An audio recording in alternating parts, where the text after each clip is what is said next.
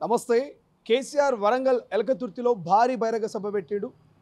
జనాలు అద్భుతంగా సభకు వచ్చారు, ఆదరించారు. మళ్ళీ కేసీఆర్ రావాలని అంటున్నట్టు కామెంట్ చేస్తూ డూప్లికేట్ గాంధీలు వచ్చి ప్రచారం చేశారు. ఎక్కడ పోయినట్టు కాంగ్రెస్ పార్టీ మీద, రాహుల్ గాంధీ మీద, రేవంత్ రెడ్డి మీద మరి కొన్ని విమర్శలు చేశారు. ఇచ్చిన హామీలు నెరవేర్చలేకపోయారు. కేసీఆర్ అన్న మీరు రావాలి, హైదరాబాద్తో మమ్మల్ని ఇబ్బందులు పెడుతున్నట్టు అంటున్నట్టు కేసీఆర్ స్పీచ్ చాలా అద్భుతంగా ఉందంటూ కూడా ప్రశంసలు వస్తున్నటువంటి పరిస్థితి.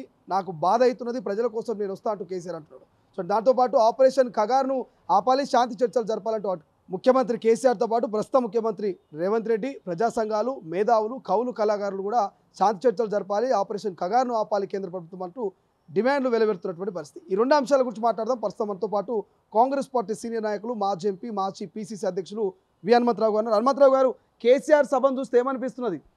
చూడండి, కేసీఆర్ సభ డ్యామేజ్ కంట్రోల్, డ్యామేజ్ జరిగిపోయింది. ఇక కంట్రోల్ ఏమున్నది? ఉన్నవాళ్ళు కూడా వెళ్ళిపోతారన్న ఉద్దేశంతో ఆయన చేసిన అన్ని తప్పులే. ఆయన తప్పులు నేను చెప్తా. ఫస్ట్ తప్పు, టీఆర్ఎస్ పేరు మార్చి బీఆర్ఎస్ పెట్టినప్పుడే అది ప్రజల ఆకాంక్షకు దెబ్బకొట్టిండు. 1969లో ఈ మూమెంట్ వచ్చింది, అది కంటిన్యూస్ నడుస్తుంది. ప్రతి పౌరుడు, ప్రతి స్త్రీ మనసులో బాధ ఏముండంటే మేము ఎన్ని రోజులు ఆంధ్ర వాళ్ళ పెత్తనంలో ఉండాలి, మా స్వయం శక్తితో ఉండాలి, సెల్ఫ్ రెస్పెక్ట్తో బతకాలి అన్న ఉద్దేశంతో మూమెంట్ జరుగుతూనే ఉన్నది. ఆ మూమెంట్ను ఈయన వాడుకున్నాడు. దానికి కారణం ఏంటంటే సోనియా గాంధీ గారు కూడా ఏమన్నారు, నేను పవర్లు వస్తే తప్పనిసరిగా తెలంగాణ ఇస్తా అన్నది ఇచ్చింది. ఇవాళ గాంధీ పేరు చెప్పుకొని బతుకుతున్నారంటూ, గాంధీ కదా నీకు ఇచ్చింది తెలంగాణ, ఆమె ఇవ్వకపోతే నీ పరిస్థితి ఏమిటి అనేది ఒకటి. రెండోది ఏమిటంటే సెంటిమెంట్ను దెబ్బకొట్టి బీఆర్ఎస్ పార్టీ పెట్టడంతో నీ పార్టీ వీక్ అయింది. రెండో పాయింట్ ఏంటంటే మహారాష్ట్రలో పోయి అబ్కీ బార్ కిసాన్కి సర్కార్ అంటావు, కోట్ల రూపాయలు ఖర్చు పెట్టినవు. ఇక్కడ రైతులు చనిపోతే ₹1 ఇవ్వవు, నువ్వు పోయి పంజాబ్లో ఇస్తావు, అదేవిధంగా బీహార్లో ఇస్తావు. ఇవన్నీ మైనస్. మూడో పాయింట్ ఏం చేసిండు ఆయన, కాళేశ్వరం కట్టాడు, అది కూలిపోవడం జరిగింది. అదేవిధంగా మేటిగడ్డ, ఇవన్నీ కూడా ఆయనకు మైనస్ అవుతూ ఉన్నది. కానీ ఆయన ఏం చేసిండంటే 10 ఏళ్ళు నేను సర్వీస్ చేసిన, ఇక మిగతా 7 ఏళ్ళ లోపల ఆయనకు ఒక ఆలోచన వచ్చింది. అది ఇంటి పంచాయతా లేకుంటే ఫ్యామిలీ పంచాయతా నాకు తెలియదు, కానీ తన నాయకత్వం పనిచేసిండు కొడుకుకు, మేనల్లునికి. వాళ్ళే చూసుకుంటారని ఈయన పోయి ఎక్కడ కూర్చున్నాడు, ఫామ్ హౌస్లో కూర్చున్నాడు. అక్కడనే మైనస్ అయింది ఆయనది. ఒక పక్క ప్రజలను పట్టించుకోవు, ప్రజల పక్షాన కట్టిన ప్రగతి భవన్లో రైతులు వస్తారు, నిరుద్యోగులు వస్తారు, వాళ్ళ బాధ చెప్పుకుని వినేటోడేవాడు. అదేవిధంగా సెక్రటరియట్ కట్టినావు, సెక్రటరియట్లో నువ్వు రావు, ప్రజలను రానియకపోతుంది. ఇవన్నీ కూడా ఆయనకు మైనస్ అయింది. ఇంకోటి ఏంది, 2 బెడ్రూమ్ కట్టినా ఇవ్వచ్చు కదా, అదెందుకు ఆపినావు? నేను శ్రీనివాస్ యాదవ్ తిరిగినాం, ఆనాడు బట్టిగూడు పోయినాం, మేమందరం పోయినాం. అవి ఎందుకు ఇవ్వలే? నీకు ఉండే కదా, కట్టించినా ఇచ్చేది ఏంది? నువ్వు ఇవ్వకపోతుంది, అటు అది ఇవ్వకపోతుంది. ఇక నువ్వు ఇవన్నీ మైనస్ అయినాయి నీకు. అయితే ఇప్పుడు ఏమైంది, రోజు రోజు రేవంత్ రెడ్డి ఏదైతే ఇతర దేశాలలో పోయి ఏది స్కిల్ డెవలప్మెంట్ అని కానీ, నిరుద్యోగులకు ఉద్యోగాలు ఇవ్వాలని కానీ, అదేవిధంగా ఆయన మిగిలిన ఉద్యోగాలు ఇమీడియట్గా పెట్టి 50,000 పైన నిరుద్యోగులకు ఈనాడు ఉద్యోగాలు ఇచ్చాడు. కనుక రోజు రోజు పెరిగిపోతున్నది, ఇక లాభం లేదని ఆయన ఉన్న పార్టీ వాళ్ళు కూడా కొందరు వెళ్ళిపోతున్నారు అని డ్యామేజ్ కంట్రోల్ మీటింగ్ అంటే నేను ఒప్పుకుంటా. కానీ ఆయన ఏదో సేవ చేయడానికి కాదు, పార్టీని కాపాడుకోవడానికి. ఎందుకంటే కేసీఆర్ గారు వస్తే మళ్ళీ ఏదైనా ఇంప్రూవ్ అవుతుంది అని అందరూ సలహా ఇస్తే ఆయన మీటింగ్ పెట్టిండు. దాన్ని డ్యామేజ్ కంట్రోల్ అంటే ప్రజల గురించి రాలే, తన పార్టీని కాపాడుకోవడానికి చిల్కతుర్తిలో వరంగల్ బహిరంగ సభ పెట్టి అది రెఫరెండం అంటున్నారు. రెఫరెండం ఇంకేముంది, ఆల్రెడీ 5 ఏళ్ల కింద మీకు రెఫరెండం ఇచ్చేసిండ్రు. మళ్ళీ రెఫరెండం ఎప్పుడు వస్తుంది? 5 ఏళ్ల తర్వాత వస్తుంది.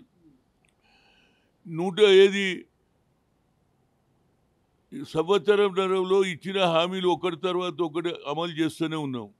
ఏది బస్సులో మహిళలకు ఫ్రీ కానీ, అదేవిధంగా ఇవాళ ఏదైతే నిరుద్యోగులకు ఉద్యోగాలు ఇవన్నీ కూడా 1 by 1 జరుగుతుంటే దాన్ని చూసి ఇక వీళ్ళు చాలా దూరం పోతున్నారు కాబట్టి ఇక నేను బయటికి రావాలని వచ్చిండు అనేది నా ఉద్దేశం. కేసీఆర్ రావాలి అసెంబ్లీకి అంటున్నారు, పిల్లలైన కేటీఆర్ హరీష్ రావుకే సమాధానం ఇవ్వలేకపోతున్నారు, ఇక నాకెందుకు, నేను వస్తే నాకేమి ఇస్తారని అంటున్నాడు కేసీఆర్. అది చూడండి, లీడరే ఉంటాడు. నువ్వు అంటున్నావు ఇవాళ మీటింగ్ పెట్టినా నేను లీడర్ అంటున్నావు. ఆ మాట లీడర్ అసెంబ్లీలో వచ్చి మాట్లాడితే కొంత నీ కార్యకర్తలకు ధైర్యం పెరుగుతుంది.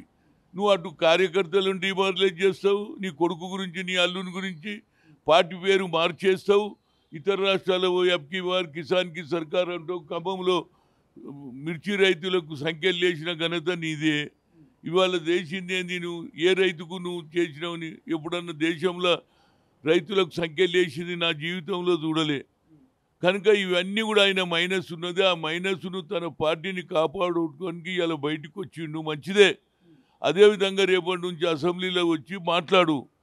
మేమేమంటున్నామంటే మంచి సలహాలు తీసుకుంటాము. ఏదైనా పొరపాటు జరిగితే మా నోటికి తీసుకొస్తే మేము సరిదిద్దుకుంటామని ఓపెన్గా రేవంత్ రెడ్డి చెప్తూనే ఉన్నాడు. ఇంకేం చేయాలి మీకు? మీరు కూడా ఏది మీ 10 రోజులలో పరిపాలనలో ఎప్పుడన్నా అపోజిషన్ను కాన్ఫిడెన్స్లో తీసుకున్నావా? నువ్వు కూడా ఇన్సల్ట్ చేసింది తెలుసు మా నాయకులను. కనుక మేము ఇన్సల్ట్ చేయదలుచుకోలేదు, అడుగుతాం. మేము చేసిన అభివృద్ధి చెప్తాం. నువ్వు ఏం కావాలనో అడిగితే అది సూటబుల్ ఇవ్వాలి. చూడు, నక్సలైట్ ఇష్యూలో ఏదైతే కాల్పులు ఆపమని ఇది మన కొన్ని సంఘాలు, అదే ఇప్పుడు శాంతి చర్చలు కమిటీ కూడా వచ్చింది, అరగోపాల్ కావచ్చు, చంద్రశ్ కుమార్, వీళ్ళందరూ వచ్చి ఫిర్యాదు చేసిరు. ముఖ్యమంత్రి నిన్న జానారెడ్డిని కూడా కలిసిరు. సో గతంలో ఏం జరిగింది, ఇప్పుడు ఏం జరగబోతుంది, కాంగ్రెస్ పార్టీ ఏం చేయాలని తీసుకోబోతుంది? గతంలో జరిగేదానికంటే కేంద్ర ప్రభుత్వం ఒక నిర్ణయం తీసుకున్నది. ఈ దేశంలో నక్సలైట్లను ఎరాడికేట్ చేయాలని చాలామంది ఆల్రెడీ సరెండర్ అయినరు. ఇప్పుడు ఏమైంది, నిన్నటి వరకు ఛత్తీస్గఢ్లో ఈ ఖతమైపోయింది. వాళ్ళందరూ ఇక్కడికి వచ్చి మన తెలంగాణలో స్థావరం పెంచుకోవడానికి ప్రయత్నం చేస్తూ దాని ప్రయత్నంకు వాళ్ళు ట్రై చేస్తున్నారు. మేమేమంటున్నామంటే వాళ్ళు కూడా చాలామంది, కొందరు 250 మంది ఒక మన నార్త్ ఈస్ట్ డీజీపీ స్టేట్మెంట్ కూడా ఇచ్చిండు, ఎస్పీ ఇచ్చిండు. ఇప్పటికే 2500 మంది 250 మంది సరెండర్ అయ్యిండ్రు అని చెప్పిండ్రు. కనుక వాళ్ళు సరెండర్ అయితే మంచిదే, మంచి అవకాశాలు వస్తుంది, మంచి జీవితాలు గడుపుకోవచ్చు. ఎన్ని రోజులు మీరు అడవులలో ఉంటారు? రండి, మెయిన్ స్ట్రీమ్లో రండి.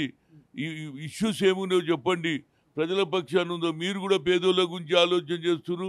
కాంగ్రెస్ పార్టీ కూడా పేదోళ్ళ గురించి ఇందిరాగాంధీ నుంచి ఇప్పటి వరకు పేదోళ్ళ గురించి ఆలోచన చేసింది. భూ సంస్కరణ అమలు చేసింది, బ్యాంకు నేషనలైజ్ చేసింది, దున్నేవాడికే భూమి ఇచ్చింది. ఆ దున్నేవాడికే భూములు కూడా ఇవాళ అసైన్ ల్యాండ్లు మీరే తీసేసుకున్నారు ధరణి పేరు మీద. ఈ భూములన్నీ కూడా ఇవాళ రెగ్యులరైజ్ చేయడానికి కాంగ్రెస్ కృతనిశ్చయంతో ఉంది.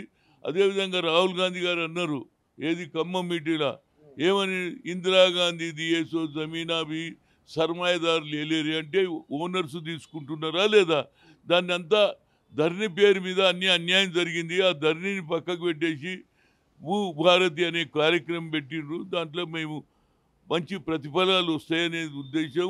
ఇందిరాగాంధీ ఇచ్చిన భూములు కూడా మళ్ళీ అదేవిధంగా ఇవాళ ఏది గతంలో స్వాతంత్ర సమరయోధుల పేర్ల మీద భూములు ఇస్తే దాని మీద కూడా సర్వే చేస్తున్నారు. ఇవన్నీ మంచి పరిణామాలు జరుగుతున్నాయి. హనుమంతరావు గారు, గతంలో కాంగ్రెస్ ప్రభుత్వమే మావోయిస్టుల మీద కాల్పులు జరిపింది, ఇప్పుడు మీరు శాంతి చర్చల గురించి మాట్లాడుతున్నా అని బీజేపీ ఎల్పీ నేత ఏలేటి మహేశ్వర్ రెడ్డి అంటున్నాడు. ఏలేటి మహేశ్వర్ రెడ్డికి కొన్ని విషయాలు తెలియదు. శాంతియుతంగా జరగాలని ఆలోచన వాళ్ళలో మార్పు వస్తే శాంతియుతంగా చర్చలు జరపడం తప్పేమున్నది? చర్చలు జరపకుండా చూడు, నీ అంతా మేము చర్చలు జరపమంటే కూడా ముఖ్యమంత్రి చర్చలు చేస్తలేడు అంటున్నాడు. ఆయన ఇమీడియట్గా జానారెడ్డి కేశవరావుతో కూర్చొని కూడా మాట్లాడిండు. ఇవాళ డిస్కషన్ కూడా జరుగుతుంది. మంచి పరిణామాలు రావాలన్నదే మా ఉద్దేశం. ఎందుకంటే ఒక మొండి పట్టు లేదు మా దగ్గర. ఏ ఇష్యూ వస్తే ఆ ఇష్యూను మేము రోజు ముఖ్యమంత్రి గారు ప్రజలను కలుస్తున్నాడు, ఇంటి దగ్గర కలుస్తున్నాడు, ఆఫీసులో కలుస్తున్నాడు. కనుక ఈ గతంలో ఉన్న ముఖ్యమంత్రి ఎన్నిసార్లు కలిసిండు, ఎంతమంది పదవులు ఎంతమందిని కలిసిండు. రైతులు మా పంట ఎండిపోయింది, కరెంటు వస్తలేదు, నీళ్లు లేవు అన్నిటే వాళ్ళని కలవు. నిరుద్యోగ యువకులు ఎప్పుడు ఇస్తారు మాకు ఉద్యోగాలు అంటే నువ్వు దాన్ని పట్టించుకోలేదు. ఇవన్నీలో మార్పు వచ్చింది. అదేవిధంగా ప్రగతి భవన్లో నువ్వు ఎవరిని రానియలే. ఇవాళ ప్రగతి భవన్లో ఎవరన్నా పోవచ్చు, సెక్రటరియట్లో ఎవడన్నా పోవచ్చు. కనుక కొత్త ప్రభుత్వం అదేవిధంగా సోనియా గాంధీ గారు కూడా నేను తెలంగాణ ఇస్తా అన్నది ఇచ్చింది. ఆయన ఏమన్నాడు, తెలంగాణ ఇచ్చిన రోజు అమ్మ నీ కాలు కొడిగి నెత్తి మీద. ఇవాళ గాంధీని కూడా అపమానం చేస్తావు, శత్రువు అంటున్నావు. నువ్వు రాజకీయంలో వచ్చినవే కాంగ్రెస్లో, యువజన కాంగ్రెస్లో వైస్ ప్రెసిడెంట్ కింద పనిచేసినావు. ఇవాళ కాంగ్రెస్ తిట్టడం అనేది అది న్యాయం కాదనేదే నా ఉద్దేశం. ఫైనల్గా ఒక్క మాట, శాంతి చర్చలు జరపాలని మావోయిస్టులు లేఖలు రాస్తున్నారు, బట్ కేంద్ర ప్రభుత్వం స్పందించట్లేదు, కాల్పులు మాత్రమే చేస్తున్నది. మీరు ఏం చెప్తారు ఒక సీనియర్ నాయకులుగా? సీనియర్ నాయకుడు ఒకటి మనం ప్రయత్నం చేయడంలో తప్పు లేదు. ప్రయత్నము సఫలమవుతుందా లేదా, కానీ మా కాన్షియస్ ఏంటి అంటే అందరికీ సమానంగా ఎవరైతే ఎక్స్ట్రీమిస్ట్ యాక్టివిటీస్ మీద ఎక్కువ మీరు ఏది చంపడానికి ప్రయత్నం చేయొద్దు, ప్రాణహాని జరగొద్దు అని హ్యూమన్ రైట్స్ వాళ్ళు కూడా అడుగుతున్నారు. కాబట్టి దానికి చర్చ జరగాలి, చర్చ కూడా సఫలం కావాలనేదే నా ఉద్దేశం. Thank you so much. ఇది మొత్తం మీద పౌర హక్కు సంఘ నేతలు, మానవ హక్కు సంఘ నేతలు కావచ్చు, ఇటు మేధావులు కావచ్చు, ప్రతి ఒక్కరు కూడా ఈ రకమైనటువంటి మావోయిస్టుల కాల్పులు జరగొద్దు, శాంతియుత చర్చలు జరపాలి, స్వేచ్ఛగా వాళ్ళని కూడా బతకనివ్వాలి, శాంతితో చర్చలు జరిపించి వాళ్ళు కూడా జనజీవన శ్రవంతికి తీసుకొచ్చి ఉపాధి అవకాశాలు కల్పించాలి. కాబట్టి ప్రభుత్వం దృష్టికి వచ్చింది, ప్రభుత్వం ఆలోచన చేస్తుంది, మంత్రివర్గంతో కూడా డిస్కషన్ చేసి ఖచ్చితంగా శాంతియుత చర్చలకు మా వంతు సహకారం మేము చేస్తామంటూ మరి కాంగ్రెస్ పార్టీ సీనియర్ నాయకులు వి హనుమంతరావు చెప్తున్నటువంటి పరిస్థితి.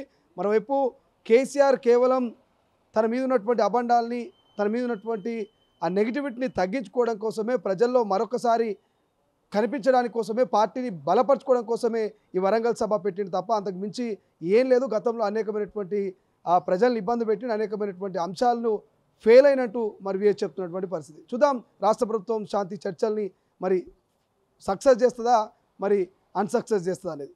కెమెరా పర్సన్ అజయ్తో శ్రీశైలం, తొలి వెలుగు, హైదరాబాద్. ప్రపంచంలో ఏ మూల ఏ క్షణం ఏం జరుగుతుందో వేగంగా తెలుసుకోవడానికి తొలి వెలుగు వాట్సాప్ ఛానల్ని ఫాలో చేయండి.